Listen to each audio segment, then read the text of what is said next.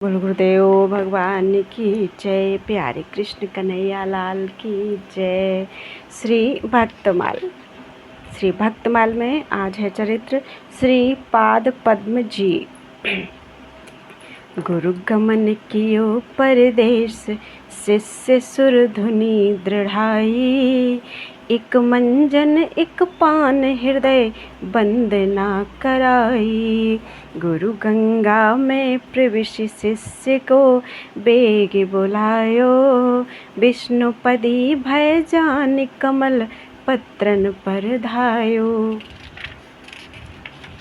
पाद पद्म तादिन प्रगट, सब प्रसन्न मन परम रुचि।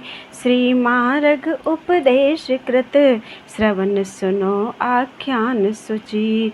श्री संप्रदाय के अनुयायी गुरुदेव के उपदेश करने से गंगा जी में उत्पन्न निष्ठा का पवित्र इतिहास सुनिए।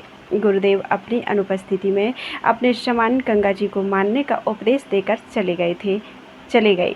ये गुरुवत गंगा जी की उपासना करने लगे। अन्य कोई शिष्य श्रद्धा पूर्वक स्नान करते थे, कोई गंगा जल पान करते थे, परंतु पाद पद्म जी हृदय से ही गंगा जी की वंदना पूजा करते थे।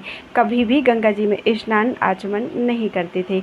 इनके हृदय के भाव को न जानकर दूसरे लोग आलोचना करते थे। बाद में गुरुदेव लौटकर आए और इनकी निष्ठा का परिचय प्रकट करने के लिए एक दिन स्नानार्थ गंगा जी में घुसे और पाद पद्म जी को वहीं शीघ्र वस्त्र लेकर आने को कहा। गुरु की आज्ञा का उल्लंघन और गंगा में चरण स्पर्श, इन दोनों अपराधों से ये भयभीत हुए।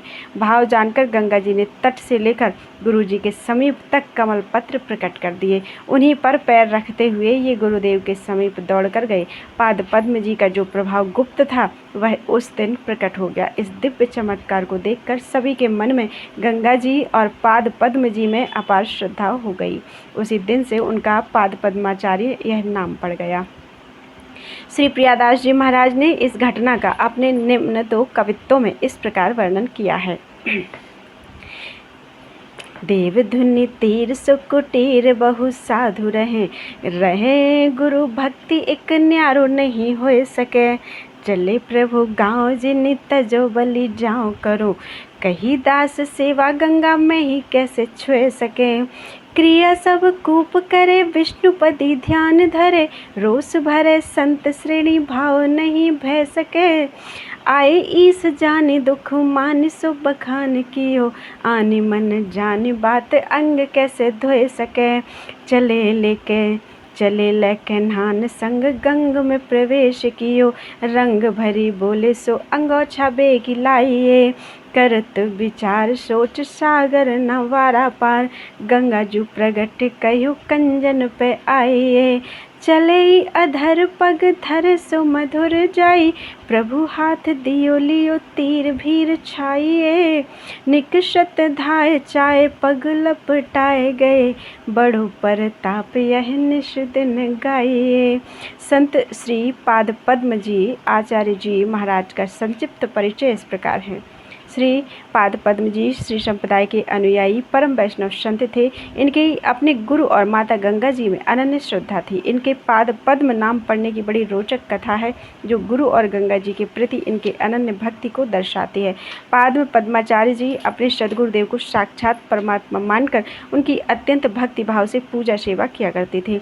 गुरु सेवा को छोड़कर अन्य कोई भी कार्य उनके लिए रुचिकर नहीं था। उन्हें अपने गुरु से एक क्षण भी विलग रहना स्वीकार नहीं था। एक बार किसी कार्यवश उनके गुरुदेव को अन्यत्र किसी दूसरे ग्राम में जाना था। पाद पद्माचार्य ने गुरुदेव से साथ ही ले चलने की प्रार्थना की और कहा, बिना आपके श्री चरणों के दर्शन के मेरा जीवन संभव नहीं होगा, अतः कृपा कर मुझे आप अपने से अलग ना कीजिए। गुरुदेव ने कहा, वत्स, मेरे आश्रम पर अनेक संत भक्त आते रहते हैं, उनकी सेवा करना मेरा धर्म है। यदि तुम भी मेरे साथ चलोगे तो आश्रम शून्य हो जाएगा और यहाँ आने वाले साधु संतों को महान कष्ट होगा। अतः तुम्हें आश्रम में रहते हुए मेरे इस दायित्व की पूर्ति करनी चाहिए। वत्स, गुरु की आज्ञा माननी गुरु की भांति सेवा से भी बड़ी बात है, अतः तुम्हें यहीं रोककर मेरी आज्ञा का पालन करनी चाहिए। रही मेरे प्रति भाव की बात, तो ये माता गंगा जी तो आश्रम के पास हैं ही, ये ब्रह्म द्रव रूपणी साक्षात परमात्मा ही हैं, अतः तुम इन्हें ही गुरु मानकर इनकी सेवा पूजा करना। मैं कुछ ही समय में वापस आ जाऊंगा। पद्माचार्य जी ने गुरु की आज्ञा से उधारी कर ली। वे आश्रम में आए, साधु संतों की सेवा करते और गुरु मानकर नित्य गंगा जी का पूजन करते। आश्रम में गंगा जी में अपने शरीर का स्पर्श न कराकर बाहर कुएं आदि पर स्नान कर लेते थे। उनके इस दिव्य भाव को माता गंगा जी और उनके गुरुदेव ही जान सकते थे। अन्य आश्रमवासी तो उनकी इस क्रिया पर व्यंग ही किया करते थे। कुछ दिनों बाद गुरुदेव पुनः आश्रम में आ गए। कुछ लोगों ने पाद पद्म जी के उक्त आचरण की बात उनसे शिकायत के रूप में कही। यह सब सुनकर गुरुदेव ने पाद पद्म जी के दिव्य भाव और उनके प्रभाव को प्रकट करने का मन ही मन निर्णय लिया। एक दिन वे पाद पद्म जी को लेकर गंगा स्नान करने गए और तट पर अंगोछा रखकर स्वयं गंगा जी में प्रवेश कर गए। डुबकी लगाने के बाद उन्होंने वहीं खड़े खड़े पाद पद्म जी से अंगोछा मांगा। अब पाद पद्म जी के लिए बड़ी विषम स्थिति हो गई। यदि अंगोछा लेकर जाते हैं तो गंगा जी में उनका पैर पड़ेगा, यदि नहीं जाते तो गुरु आज्ञा की अवहेलना होगी। उनके मन के इस ऊहापोह और अपने प्रति दिव्य भाव जानकर गंगा जी स्वयं प्रकट हो गई और उन्हें एक पद्म पत्र दिखाते हुए कहा कि आप इस पर पैर रखकर चले जाओ। श्री पाद पद्म जी ने जैसे ही उस पद्म पत्र पर पैर रखा, उनके सामने एक दूसरा पद्म पत्र प्रकट हो गया। इस प्रकार वे पद्म पत्रों पर पैर रखते हुए गुरुदेव तक पहुंच गए और उनका यह नाम पड़ गया, पद्म पत्र। पाद पद्म जी। बोल वृंदावन बिहारी लाल की जय।